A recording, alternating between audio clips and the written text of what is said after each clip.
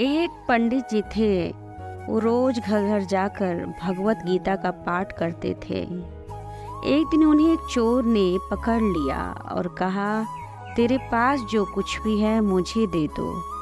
तब पंडित जी बोले कि बेटा, मेरे पास तो कुछ भी नहीं है। तुम एक काम करना, मैं यही पड़ोस के घर में जाकर भगवत गीता का पाठ करता हूँ। वो यजमान बहुत ही दानी लोग हैं। जब मैं कथा सुना रहा होऊंगा तुम उनके घर में जाकर चोरी कर लेना। चोर मान गया। अगले ही दिन जब पंडित जी कथा सुना रहे थे तब वो चोर भी वहाँ आ गया। तब पंडित जी बोले कि यहाँ से मीलों दूर एक गांव है वृंदावन। वहाँ पर एक लड़का आता है जिसका नाम कान्हा है। वो हीरो जवाहरातों से लदा रहता है। अगर कोई लूटना चाहता है तो उसको लूटो। वो रोज रात उस पीपल के पेड़ के नीचे आता है जिसके आसपास बहुत सी झाड़ियाँ हैं। चोर ने ये सुना और खुशी खुशी वहाँ से चला गया। वो चोर अपने घर गया और अपनी बीवी से बोला कि आज मैं एक कान्हा नाम के बच्चे को लूटने जा रहा हूँ। मुझे रास्ते में खाने के लिए कुछ बांध कर दे दो। पत्नी ने कुछ सत्तू उसको दे दिया और कहा कि बस यही है जो कुछ भी है। चोर वहाँ से ये संकल्प लेकर चला गया कि अब तो मैं उस कान्हा को लूट के ही आऊँगा। वो पैदल टूटे चप्पल में भी वहाँ से चल पड़ा। रास्ते में कान्हा का नाम लेते हुए वो अगले दिन शाम को वहाँ पहुँचा जो जगह उसे पंडित जी ने बताई थी।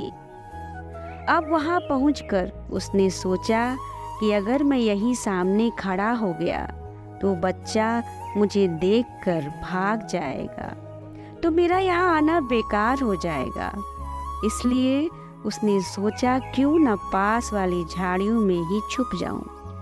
वो जैसे ही झाड़ियों में घुसा, झाड़ियों के कांटे उसे चुभने लगे। उस समय उसके मुंह से एक ही आवाज आई, कान्हा कान्हा। उसका शरीर लहूलुहान हो गया पर मुंह से सिर्फ यही निकला, कान्हा आ जाओ, कान्हा आ जाओ। अपने भक्त की ऐसी दशा देख के कान्हा जी चल पड़े। तभी रुक्मिणी जी बोली कि प्रभु कहाँ जा रहे हो, वो आपको लूट लेगा। प्रभु बोले कि कोई बात नहीं, अपने ऐसे भक्तों के लिए मैं तो लूट जाना क्या मिट जाना भी पसंद करूँगा। ठाकुर जी बच्चे का रूप बना के आधी रात को वहाँ आए। वो जैसे ही पेड़ के पास पहुँचे, चोर एकदम से बाहर आ गया और उन्हें पकड़कर बोला, ओ कान्हा, तूने मुझे बहुत दुखी किया है। अब ये चाकू देख रहा है ना, अब चुपचाप अपने सारे गहने मुझे दे दे। कान्हा जी ने हंसते हुए उसे सब कुछ दे दिया। चोर हंसी खुशी अगले दिन अपने गांव में वापस पहुंचा। सबसे पहले उसी जगह गया जहां पर पंडित जी कथा सुना रहे थे। जितने भी गहने वो चोरी करके लाया था उनका आधा उसने पंडित जी के चरणों में रख दिया। तब पंडित जी ने पूछा, ये क्या है? तो उसने कहा, आपने ही मुझे उस कान्हा का पता दिया था, मैं उसको लूट के आया हूँ और ये आपका हिस्सा है। पंडित जी ने सुना तो यकीन ही नहीं हुआ। वे बोले कि मैं इतने सालों से पंडिताई कर रहा हूँ, वो मुझे आज तक नहीं मिला।